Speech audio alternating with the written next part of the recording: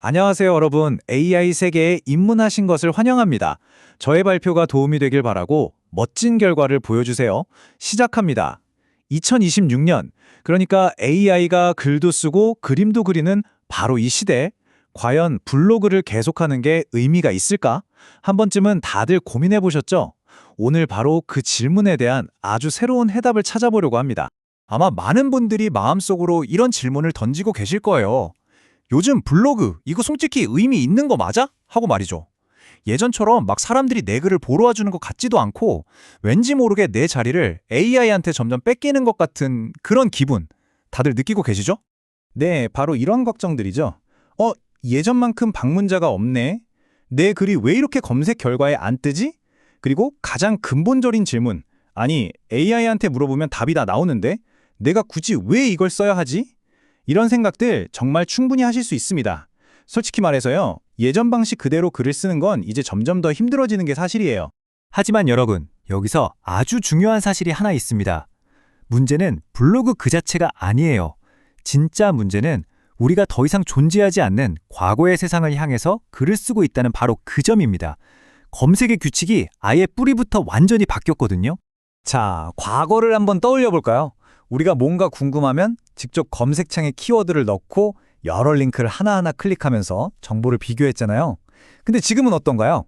그냥 바로 AI한테 물어보죠. 그러면 AI가 아주 깔끔하게 정리된 답변을 줍니다. 그리고 바로 여기서 가장 중요한 변화가 일어나는데요.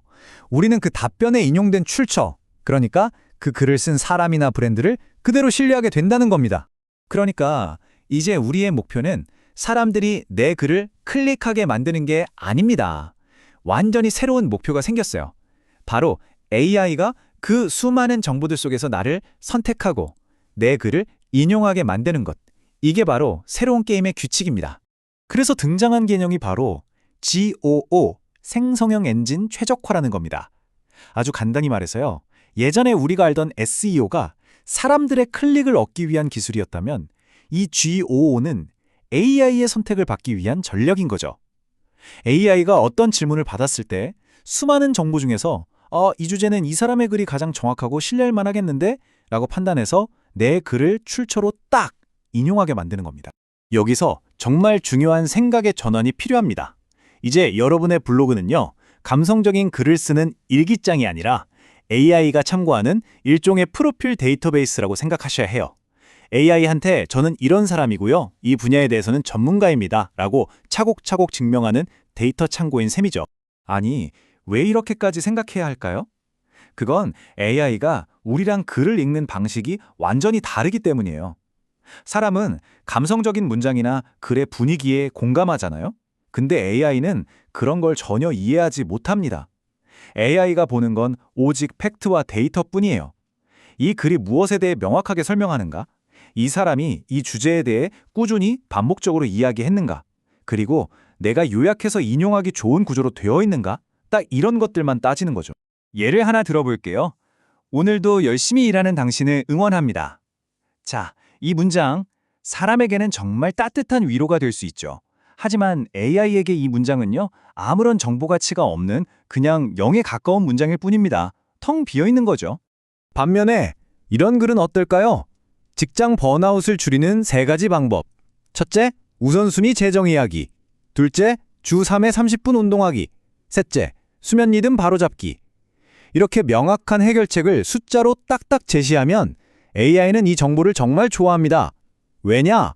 바로 요약해서 다른 사람의 질문에 대한 답변으로 재사용할 수 있으니까요. 이게 바로 AI가 원하는 진짜 데이터입니다. 자, 그럼 이제부터가 진짜 중요합니다. 어떻게 해야 AI에게 선택받을 수 있을까요? 아주 구체적인 4가지 전략, 승리의 공식을 알려드리겠습니다. 이것만 기억하시면 돼요. AI에게 선택받는 4가지 전략은 바로 이겁니다. 첫째, 내 정체성을 아주 명확하게 밝히고, 둘째, 한글에는 딱 한 가지 질문에만 답하고, 셋째, 목록과 숫자를 적극적으로 사용하고, 마지막으로 주제를 아주 좁게 파고들어서 반복하는 겁니다. 자, 그럼 첫 번째 전략부터 자세히 알아볼까요?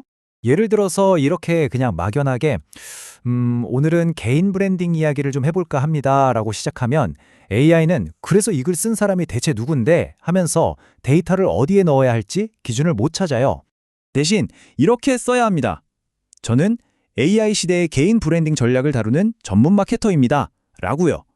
이렇게 자기소개를 명확히 하면 AI는 이 사람은 마케터구나, 그리고 개인 브랜딩 전문가구나 하고 바로 데이터를 정확하게 분류하고 저장합니다.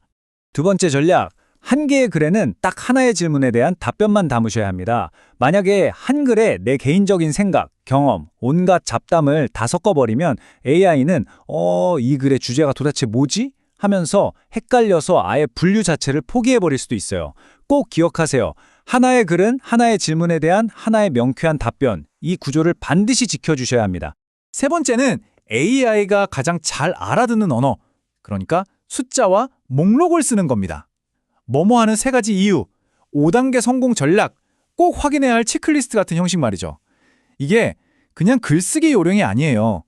AI가 내 정보를 가장 빠르고 정확하게 처리해서 다른 사람에게 전달할 수 있도록 데이터를 예쁘게 포장해서 건네주는 것과 똑같습니다. 자, 마지막 네 번째 전략인데 이게 어쩌면 가장 중요합니다. 주제를 아주 좁게 정하고 그 주제에 대해서 계속 반복해서 글을 쓰세요. AI는요, 이것저것 다 쓰는 잡학사전을 전문가로 인식하지 않습니다. 대신 번아웃이면 번아웃, 개인 브랜딩이면 개인 브랜딩처럼 딱 하나의 질문에 대해 꾸준히 반복적으로 답하는 사람을 보고 이 사람이 이 분야의 진짜 전문가구나 라고 판단합니다. 자, 이렇게 게임의 규칙이 완전히 바뀌었으니 당연히 성공을 측정하는 성적표도 달라져야겠죠? 예전에 우리가 목숨 걸었던 그 숫자들, 이제는 큰 의미가 없어졌습니다.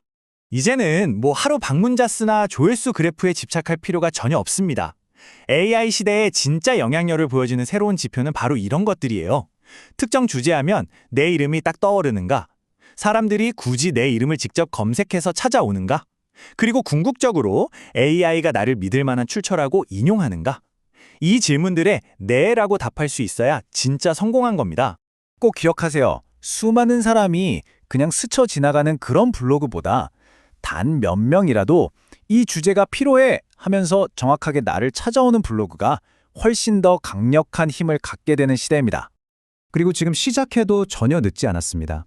정말 좋은 소식은요, AI는 과거에 얼마나 유명했는지보다 최근에 얼마나 일관성 있게 한 주제를 깊게 파고들었는지를 훨씬 더 중요하게 본다는 점이죠. 그러니까 여러분, 더 이상 검색되기 위해 애쓰지 마세요. AI의 답변 속에서 발견되는 사람이 되십시오. 그것이 2026년 그리고 그 이후에도 우리가 살아남는 유일한 전략입니다.